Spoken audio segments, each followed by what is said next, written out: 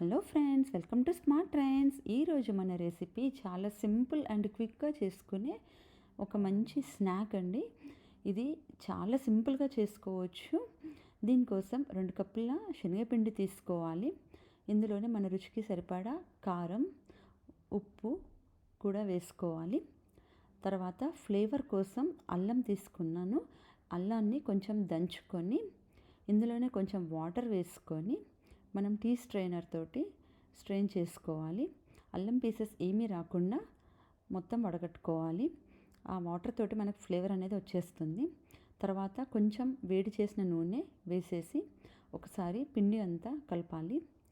ఇందులోనే కొంచెం కొంచెం వాటర్ వేసుకుంటూ పిండిని కొంచెం పల్చగా కలుపుకోవాలి. మరీ గట్టిగా కాకుండా కొంచెం పల్చగా ఉంటే సాఫ్ట్గా క్రిస్పీగా బాగుంటుంది. తర్వాత ఈ పిండిని తీసుకొని ఇలా సన్న హోల్స్ ఉన్నాయి, చాలా చిన్న హోల్స్ ఉన్నది వేసేసుకొని కొంచెం ఆయిల్ వేసి ఈ పిండిని పెట్టేసుకోవాలి.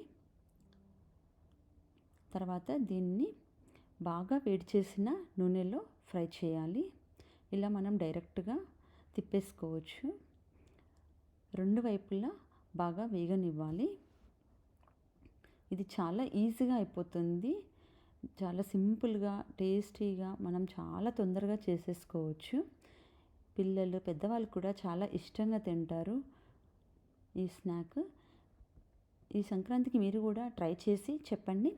ఈ రెసిపీ కనుక మీకు నచ్చినట్లయితే లైక్ చేయండి, షేర్ చేయండి, సబ్స్క్రైబ్ చేసుకోండి. Thank you for watching.